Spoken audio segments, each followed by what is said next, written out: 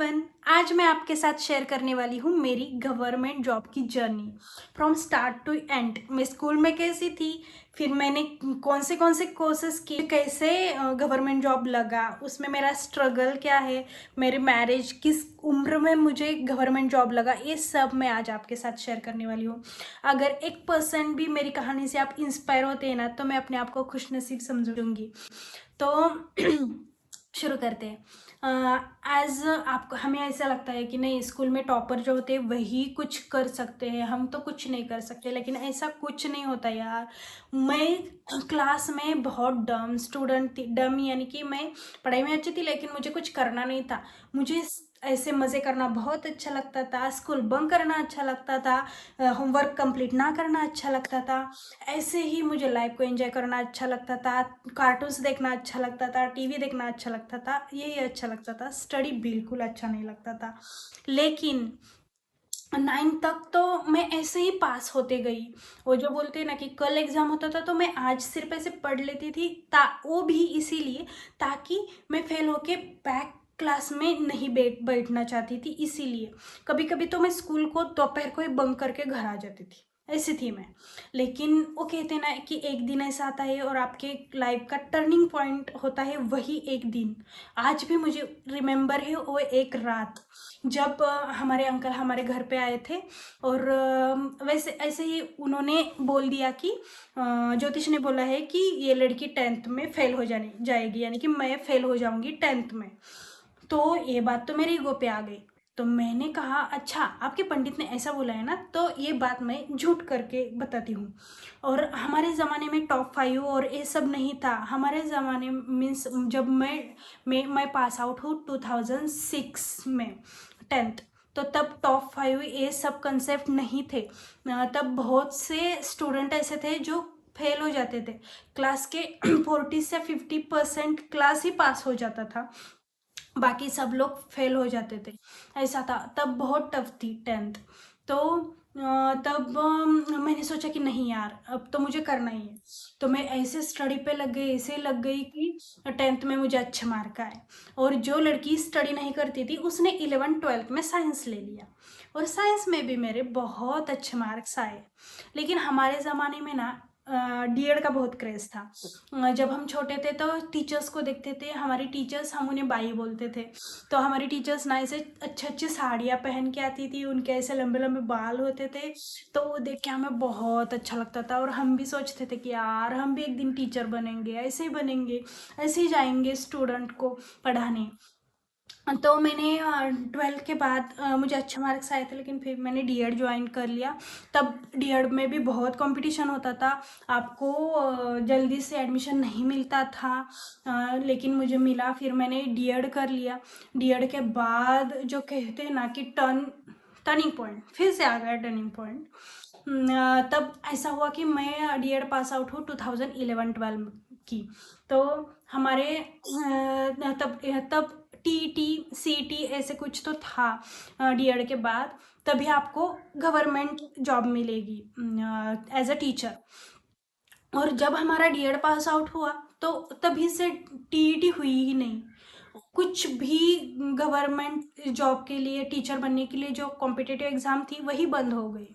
उन्होंने टीचर की जो वैकेंसीज फिल करना होता है ना, वही बंद कर दिया। और हमारी इंटर्नशिप भी सिर्फ 3 महीने हुई। तो फिर से आ गया टर्निंग पॉइंट। तो मैंने ऐसे ही प्राइवेट में जॉब ज्वाइन कर लिया, और तब मुझे कितनी 5,000 वगैरह सैलरी मिलती थी सिर्फ प्राइवेट में जॉब करके। मीन्स ये मैं 2011 का बता रही हूँ, अब प्राइवेट में 15-16 हज़ार मिलती होगी।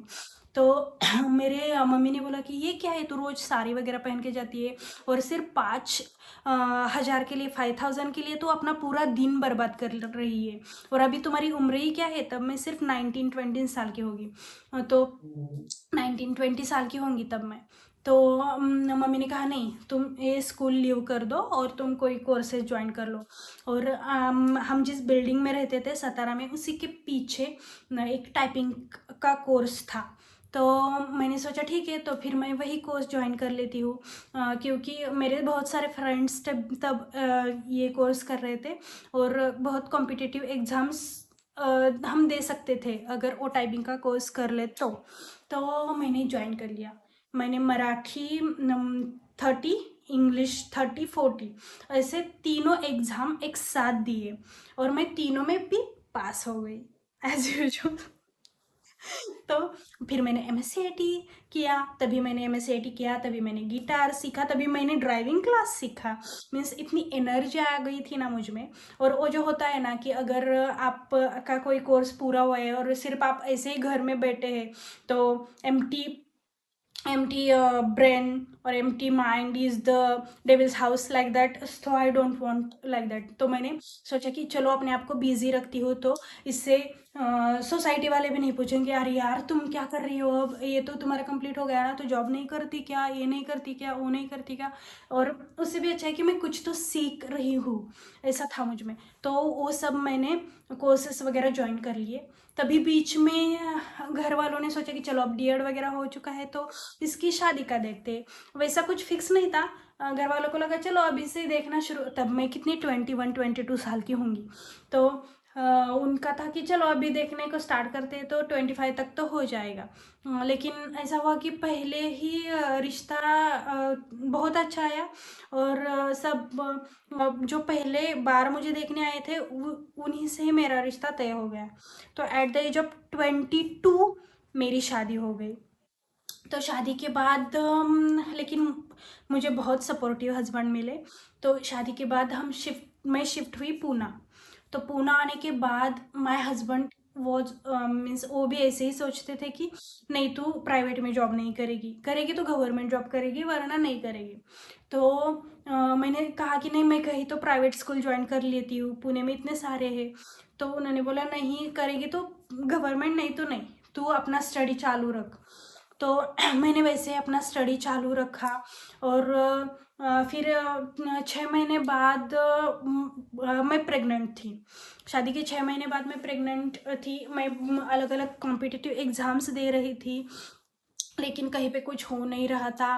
फिर शादी के बाद आपको तो पता ही है हस्बैंड का तो कुछ नहीं था लेकिन बाकी के जो रिश्तेदार वगैरह होते हैं उनका चल रहा था, अरे कितने एग्ज़ाम्स देते हैं लेकिन इसका मीन्स कहीं पे सिलेक्शन क्यों नहीं हो रहा है, ये क्या है वो क्या है, ऐसा करके।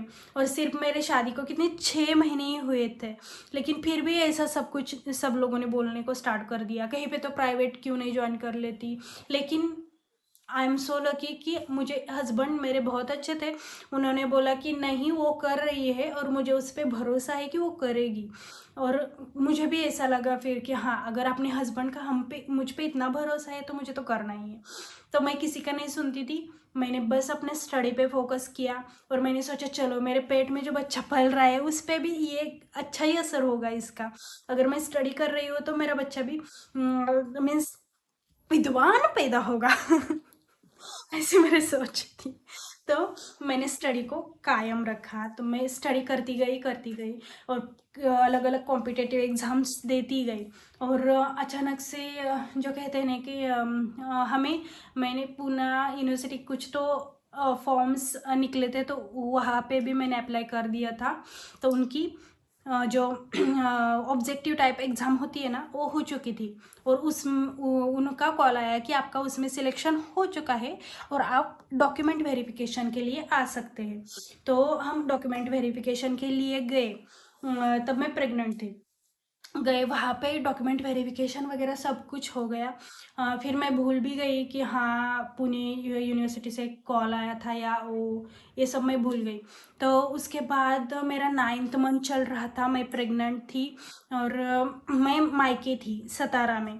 तो तभी अचानक से उनका ही मैसेज आया कि आपका डॉक्यूमेंट वेरिफिकेशन में सिलेक्शन हो गया है और अब आपका टाइपिंग एग्ज़ाम है तो आपको पुणे में आना पड़ेगा।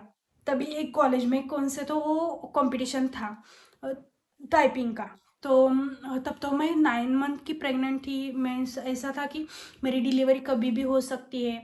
तो मेरे हस्बैंड ने बोला कि अरे तो अब कैसे जाएगी ऐसे हाल में, रहने दे, इस हम देखते हैं आगे बच्चा होने के बाद, अभी मत जा। तो मैंने बोला कि नहीं अगर इतना पापड़ बेले है तो मैं तो जाऊंगी, मुझे जाना है। तो मेरे अंकल वगैरह थे, उन्होंने भी बोला मेरी मम्मी पापा को कि आप कैसे ऐसे भेज रही है बच्ची को, इसका 9 मंथ चल रहा है, अगर कुछ हो जाए तो क्या करेंगे। लेकिन मम्मी ने बोला कि नहीं, अगर उसको इतना मीन्स खुद पे कॉन्फिडेंस है तो हम जाएंगे। और मुझे लगा कि नहीं यार, मैं कर सकती हूँ। और मैं जब पता चला कि टाइपिंग की एग्ज़ाम होने वाली है, तो कंटिन्यू मैं ऐसे हमारे घर पे पीसी था, तो पीसी पे ऐसे टाइपिंग करते बैठती थी। तो मेरे पैर ऐसे ऐसे स्वेलिंग आ जाती थी मेरे पैरों पे। तो मैंने बहुत प्रैक्टिस की, बहुत प्रैक्टिस की। मैंने सोचा कि नहीं यार, यहाँ पे आ चुकी हूँ तो मुझे तो मिलना ही चाहिए ये जॉब यार। और रियली मीन्स बहुत मैंने मेरा पैर ऐसे स्वेलिंग आ जाती थी। मेरे पीठ दर्द करता था 9 मंथ में। आप सोच सकते कि कितना मेरा पेट होगा। और ऐसे में मैं ऐसे बैठ के टाइपिंग वगैरह की प्रैक्टिस करती थी। तो फिर फाइनली वो दिन आ गया, और मैंने वो जो टाइपिंग का एग्ज़ाम है वो देने में पूना आ गई। लेकिन बाय लक भगवान के दया से कुछ अनघटित नहीं हुआ, और हम घर चले गए। फिर जब मेरी डिलीवरी हुई तो 3 दिन के बाद डॉक्टर ने हमें डिस्चार्ज दे दिया। तो मैं मेरे मम्मी के घर सतारा में जब डिस्चार्ज दिया तो मैं आई और ऐसे बेड पे बैठ गई, और बच्चे को ऐसे नीचे रखा। मुझे बेबी गर्ल हुई थी, तो मैंने ऐसे उसे नीचे रखा, और जस्ट मैंने मोबाइल लिया और देखा, तो टिक टिक बजा। तो मैंने सोचा अरे किसका मैसेज है, तो मैंने ओपन करके देखा। बाय गॉड, एसएमएस आया था कि you are selected for the post of general assistant in Pune university. By god, मैं तो ऐसे, मुझे लगा अब मुझे हार्ट अटैक ना आ जाए। ऐसे मैं इतना खुश हुई, इतना खुश हुई मैंने इमीडिएटली। लेकिन फिर मेरे पैर ज़मीन पे आए। मैंने सोचा कि अरे एक स्कैम भी तो हो सकता है, क्या पता। तो मैंने इमिडिएटली मेरे हस्बैंड को कॉल किया और उनको बोला कि आप जाके साइट चेक कर लीजिए, ऐसा ऐसा मुझे तो मैसेज आया है, लेकिन पता नहीं किसी ने स्कैम कर दिया होगा। तो उन्होंने बोला कि हाँ हो सकता है, लेकिन रुक मैं देखता हूँ। तो उन्होंने जब चेक मीन्स वेबसाइट चेक की, तो उन्होंने देखा कि यार यार हाँ तेरा तो मीन्स सिलेक्शन हो गया है। तो सब इतना खुश, मीन्स मेरे ससुराल वाले भी, अरे कितना अच्छा, बेबी का पैर है, वाह लक्ष्मी आई है हमारे घर पे, इसकी वजह से ही जॉब मिला है ऐसा। And really I have means मेरी पहली जो बेबी गर्ल है ना, रियली वो लक्ष्मी के पैर से मेरे घर पे आई और मुझे गवर्नमेंट जॉब मिल गया। और फिर वो सिर्फ 3 दिन की थी यार। मीन्स मुझे ऐसे लग रहा था कि मैं सेलिब्रेशन करूं, मुझे जॉब मिल गया, या मैं रोऊं, मेरे बच्चा सिर्फ 3 दिन का है, मैं उससे लेके कैसे जा सकती हूँ ज्वाइन होने के लिए यार। लेकिन क्या करें, मीन्स जो आपको स्ट्रगल तो करना पड़ेगा ना, गॉड ऐसे ही आपको कैसे दे देगा, थोड़ा स्ट्रगल तो बनता है। तो फिर वो 3 दिन की था मेरा बच्चा। और लेकिन भगवान की दया से मेरी डिलीवरी नॉर्मल हुई थी। मेरा नॉर्मल था, इसीलिए डॉक्टर ने मुझे परमिशन दे दी कि जाओ तुम कॉल लेटर वगैरह जो कुछ है वो लेके आओ। तो फिर हम फिर से सतारा से आ गए पुणे। फिर हमने कॉल लेटर लिया। कॉल लेटर लेके जब तक कॉल लेटर हाथ में नहीं आ जाता था, तब तक मीन्स मेरे धड़ से कि या सच होगा या नहीं, या फिर किसी ने स्कैम किया है, या पता नहीं क्या है। एंड लिटरली यार, जब कॉल लेटर मेरे हाथ में आया तो मीन्स बहुत खुश थी मैं। लेकिन एक तरफ खुशी थी और एक तरफ दुख था कि मेरी इतनी छोटी बच्ची को छोड़ के अब मैं कैसे जॉब ज्वाइन कर लूँ। तो फिर मैंने फिर ऐसी थी मेरी जर्नी। लेकिन प्राइवेट से कितना गुना पेमेंट मुझे गवर्नमेंट में मिला। तो जहाँ पे मैं सिर्फ 5,000 रुपीज़ लेती थी प्राइवेट जॉब के लिए और मेरा दिन पूरा बर्बाद करती थी, वही मेरे 365 डेज मैंने मेरे हार्ड वर्क पे लगा दिए। और finally I have got a government job. And उस गवर्नमेंट जॉब से मुझे उस 5,000 के जगह कितने गुना सैलरी मिली, मैं आपको क्या ही बताऊँ। इसीलिए मैं बोलती हूँ कि यार don't waste your time in such a private jobs.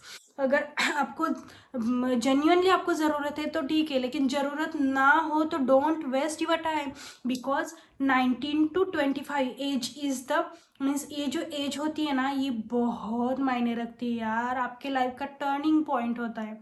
इसमें आप जितना दे सके, जितना हार्ड वर्क कर सके आप करें, तब जाके आप after 25 relax means relax life जी सकते हैं। लेकिन 2014 में जब मेरी बेटी हुई, जब मुझे जॉब लगा, ये सब हुआ, मैं तब थी सिर्फ 22 साल की, और ये सब मैनेज करना मुझे बहुत कठिन लगता था। बहुत स्ट्रगल था उन दिनों में, मैं आपको क्या ही बताऊँ कि कैसे दिनों से मैं गुजरी। मेरी बच्ची सिर्फ 3-4 दिन की थी, बहुत स्ट्रगल है, ये भी मैं आगे बताऊंगी। सो लाइक एंड सब्सक्राइब, और मैनिफेस्टेशन भी बहुत वर्क करता है इसमें, ये भी मैं आपको आगे बताऊंगी। Like and subscribe, bye.